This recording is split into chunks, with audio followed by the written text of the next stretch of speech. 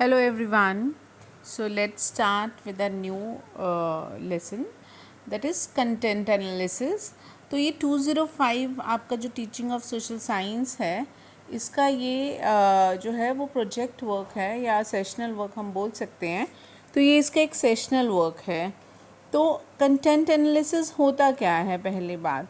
तो एनालिसिस होता है कि जो जैसा है उसको वैसा ही एक्सप्लेन किया जाए बच्चों को, उसको बोलते हैं हम एनालिसिस करना. तो यहाँ पर हमने देखा है कि आपके 205 में बीएड में सेशनल वर्क दिया गया है कि आपने किसी भी एक लेसन को या चैप्टर को उसका कंटेंट एनालिसिस करना है. तो कंटेंट एनालिसिस के बारे में पहले तो हम कंटेंट एनालिसिस क्या होता है ये लिखेंगे.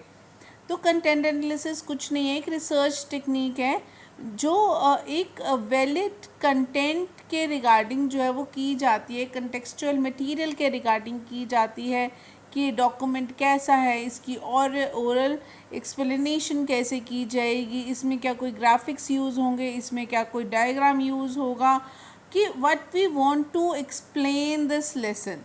हमें क्या किस चीज़ की ज़रूरत है, क्या चार्ट है, क्या मॉडल है, क्या एलिमेंट्स हैं जिनकी हमें ज़रूरत पड़ेगी, इससे रिलेटेड एग्जांपल्स कौन कौन से हैं, अगर इसमें कोई न्यू टर्म्स हैं तो न्यू टर्म्स क्या क्या है. तो सबसे पहले आप एक पेज जो है वो regarding content analysis and why do we want this content analysis, इसके बारे में आप लोग लिखोगे. ठीक है बेटा. अगर किसी को नहीं समझ में आएगा तो ही and she will message me on my personal number और इन द ग्रुप और in the YouTube. You can message me anywhere. Okay. तो यहाँ पे आप सभी लोग जो है सेशनल बनाने से पहले आप एक कंटेंट एनालिसिस का जो है वो पेज लिखेंगे. समझ में आ गया. उसके बाद हम सेकंड पेज शुरू करते हैं जिसमें हम बैकग्राउंड ऑफ द लेसन जो है वो लिखेंगे. अब ये बैकग्राउंड ऑफ द लेसन होता क्या है. बैकग्राउंड ऑफ द लेसन अगर हम बोले तो बुक का नाम है, इसमें SST.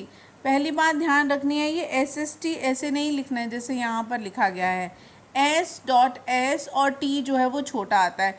या आप SST लिखिए ही मत, आप यहाँ पर जो है वो टीचिंग ऑफ सोशल साइंसेस लिखिएगा, text book of social sciences, क्योंकि आजकल सोशल स्टडीज़ जो है वो नहीं लिखा जाता है, आजकल सोशल साइंसेस ही लिखा जाता है. उसके बाद आ गया आपका क्लास क्या है, टॉपिक क्या है, एस्पेक्ट आपको पता है, ज्योग्राफी है, सिविक्स है, हिस्ट्री है, कौन सी है, और फिर आ जाती है आपकी डेट. अब एक बात ध्यान रखेंगे, ये लेसन मैं ऑनलाइन डाल रही हूँ और मुझे कोई भी बच्चा इन्वायरमेंट से रिलेटेड लेसन लेता हुआ नहीं नज़र आना चाहिए, specially from my college and my class. ठीक है. उसके बाद है objective of the sessional work. इस सेशनल वर्क का ऑब्जेक्टिव क्या है, हमने पहले objective of the sessional work लिखना है. तो आइडेंटिफाई करना उसके कंसेप्ट्स को, उसके प्रिंसिपल्स को, उसके लॉज को, उसके हिस्टोरिकल फैक्ट्स को, उसके जोग्राफिकल फैक्ट्स को, उसके सिविक एस्पेक्ट को, कौन कौन से फैक्ट्स हैं जिसके ऊपर जो है वो लेसन बेस्ड है. तो ये हमारा ऑब्जेक्टिव है सेशनल वर्क का. उसके बाद थर्ड पॉइंट आता है आपका content analysis of the chapter. अब हम जब चैप्टर पे आते हैं तो यहाँ पे content analysis of the chapter में हम सबसे पहले जैसे यहाँ पे इन्वायरमेंट को एक्सप्लेन किया गया है, वैसे ही आप अगर आप सोलर सिस्टम से रिलेटेड लेसन ले रहे हैं तो आप सोलर सिस्टम के बारे में तो कुछ लाइंस, इसे पूरा लेसन नहीं लिखना है, आपने एक जस्ट जैसा लिखना है कि आप उस लेसन में क्या पढ़ाने वाले हैं, क्या पढ़ेंगे आप उस लेसन में. तो एनालिसिस ऑफ द चैप्टर, अगर आपने वो लेसन पढ़ा है तो आप थोड़े से बारे में बताएंगे कि ओवरऑल इस लेसन में क्या चीज़ जो है वो एक्सप्लेन की गई है. ठीक है. तो यहाँ पे आप जो भी इधर आप हिस्ट्री का चैप्टर ले रहे हैं, आप सिविक्स का चैप्टर ले रहे हैं, आप किसी भी चीज़ का चैप्टर ले रहे हैं तो आप यहाँ पर जो है वो यहाँ पर लिखेंगे, बताएंगे.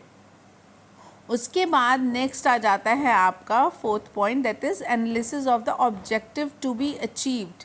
अच्छा, ऑब्जेक्टिव टू बी अचीव्ड जो है वो मैंने आपको बोला था कि ये 17 मेंटल एबिलिटीज़, ये लेसन जैसे ही ख़त्म होगा उसके बाद मैं 17 मेंटल एबिलिटीज़ का पेज इसके साथ अटैच कर दूँगी. इसमें 4 एस्पेक्ट होते हैं, नॉलेज, अंडरस्टैंड, नॉलेज है, अंडरस्टैंडिंग है, एप्लीकेशन है और क्रिएटिविटी है. इन चारों एस्पेक्ट के ऊपर जो है वो 17 मेंटल एबिलिटीज़ जो है वो बनाई गई हैं.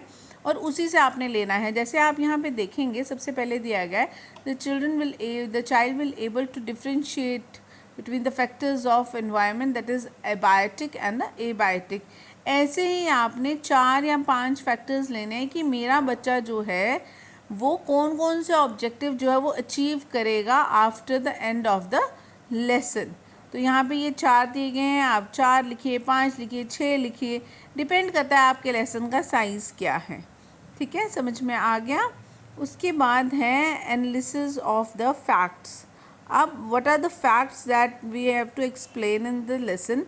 तो the facts are explained in the lesson are given in the side of the lesson और ऑन द पेजेस। आपने देखा होगा सोशल साइंस की बहुत सारी बुक्स हैं जिसमें जो है वो आपके फैक्ट्स ऑलरेडी गिवन होते हैं साइड में। कोई भी जैसे इन्वायरमेंट है तो इन्वायरमेंट डे कब मनाया जाता है, देखिए यहाँ पे लिखा हुआ है 5 जून ऑफ द ईयर। तो यहाँ पे आपको लेसन से रिलेटेड फैक्ट्स जो है वो आजकल बुक्स में ऑलरेडी दिए गए होते हैं, इंपॉर्टेंट फैक्ट्स। तो आपने उन फैक्ट्स के बारे में लिखना है। वो साइड में भी दिए हो सकते हैं, वो कोई बीच में भी हो सकता है, डिफरेंट इंपॉर्टेंट फैक्ट्स। इसका मैं आपको एक एग्जांपल देती हूँ। अगर मैंने यहाँ पे एक सेकंड, हाँ, जैसे आप देखिए कि ये चैप्टर का जो है वो चैप्टर का पेजेस हैं। थोड़ा प्रिंट इसका ठीक नहीं आया, तो यहाँ पे आप देखेंगे कि ये साइड में, ये वाला जो राइट हैंड साइड का पेज है उसके साइड में यहाँ पे फैक्ट्स दिए गए हैं। तो आप कोई भी सोशल साइंस की एनसीईआरटी की बुक लेते हैं, यहाँ साइड में देखिए आप on the right hand side आपको थोड़े से फैक्ट्स दिखाई देंगे। यहाँ पे लेफ़्ट हैंड साइड पे है, यहाँ पे फिर राइट हैंड साइड पर है। तो ऐसे करके आपको बहुत सारे फैक्ट्स जो हैं वो देखने को मिलेंगे यहाँ पर।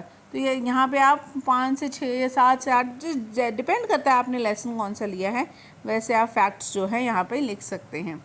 नेक्स्ट आ जाता है एनालिसिस ऑफ द एक्टिविटीज़। अब ये जो चैप्टर है ये एक्चुअली यहाँ पे एक्टिविटीज़ एक्सप्लेन नहीं की गई हैं। तो अगर आपने सिर्फ ये लेसन देखा है और स्क्रीनशॉट लिया है तो आपको समझ नहीं आएगा। यहाँ पे आपने जैसे यहाँ पे लिखा गया है, I perform some activities in the classroom, I showed some chart model to understand the concept and components of environment. I also demonstrate them practically in the school environment. तो यहाँ पर आप जो परफॉर्म करने हैं एक्टिविटीज़, वो आप activities लिख भी सकते हैं। जैसे एक्टिविटी नंबर 1 है, एक्टिविटी नंबर 2 है, एक्टिविटी नंबर 3 है। आपने चार्ट से क्या एक्टिविटी कराई, क्या आपने एक्टिविटी चार्ट यूज़ किया, क्या आपने low cost teaching add use की, क्या आपने क्लासरूम में कोई वर्किंग एक्टिविटी करवाई, बच्चों से करवाई, खुद की। तो वो आपने यहाँ पे 2 या 3 एक्टिविटीज़ लिखनी है आपने, ठीक है। ये आपने यहाँ पे, और यहाँ पे साथ साथ में आपकी जो है वो पिक्चर्स पेस्टिंग होगी। मैंने पिक्चर्स के फ़ोटोग्राफ्स इसलिए नहीं डाले हैं क्योंकि फिर बच्चे वही पिक्चर्स डाल देते हैं, बना देते हैं। तो आपने बुक से देखना है, बुक से अगर डायग्राम दी गई है आपने डायग्राम बनानी है। तो यहाँ पे आपने हर एक पेज के साथ आपकी कोई ना कोई पिक्चर जो है वो रिजेंबल करती हुई वो आप यहाँ पर डालेंगे, ठीक है। अदरवाइज़ आपकी एक्टिविटी है तो आप एक्टिविटी चार्ट से रिलेटेड कोई एक्टिविटी जो है वो यहाँ पे छोटा जैसा एक बनाएंगे, कुछ ऐसा भी एक्टिविटी हो जाएगी। उसके बाद है analysis of the teaching learning experience. अब ये टीचिंग लर्निंग एक्सपीरियंस जो है कौन कौन से आपका, अब आपने देखो ऑब्जेक्टिव बनाया था सबसे पहले, यहाँ पे आपने देखा होगा, आपने यहाँ पे ऑब्जेक्टिव बनाया analysis of the differentiate between factors. अब ना आप यहाँ पे teaching learning, analysis of teaching learning experience, तो वहाँ पे आप ये बता सकते हैं कि कौन सी एक्टिविटी से क्या चीज़ बच्चे जो है वो कौन सी मेथड से क्या लर्निंग ऑब्जेक्टिव जो है वो बच्चे ने एक्सपीरियंस किया है। The objective we formed regarding the chapter can be successfully achieve in actual learning situation if we use the following methods. अब यहाँ पे मैथड्स दिए गए हैं to understand the concept, easily concept. तो यहाँ पे आपने ना वो बता रहे हैं कि आपने लेक्चर मेथड किया, इसको यूज़ टीचिंग लर्निंग एक्सपीरियंस को और अच्छा बनाने के लिए आपने कौन कौन से मेथड ऑप्ट किए। आपने एक्टिविटी मेथड ऑप्ट किया, आपने जो है वो लेक्चर मेथड किया, आपने जो है वो टीचर स्टूडेंट रिलेशनशिप को बिल्डअप करने के लिए क्वेश्चन आंसरिंग बिल्ड की। तो आपने यहाँ पे लिखना है भाई टीचिंग लर्निंग एक्सपीरियंस आपका कैसा रहेगा, ठीक है, analysis of the teaching learning experience. उसके बाद आ जाता है आपका एनालिसिस ऑफ द इवैल्यूएशन।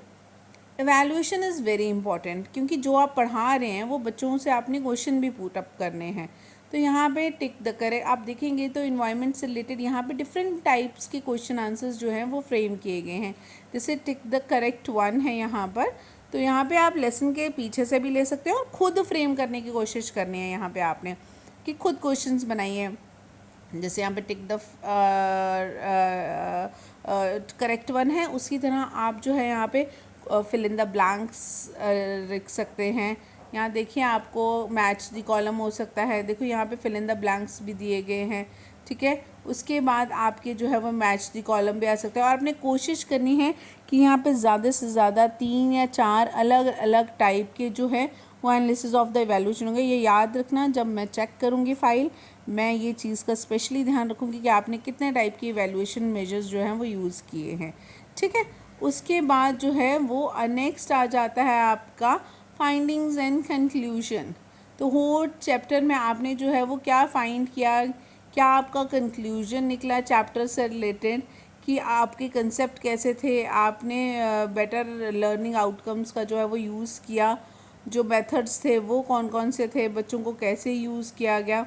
उसके बाद आ जाता है आपका रेफरेंस। तो रेफरेंस में ना देखिए आप यहाँ पे जैसे रेफरेंस लिखा गया है विकीपीडिया, studymed.com, यूट्यूब, ऐसा नहीं लिखना है।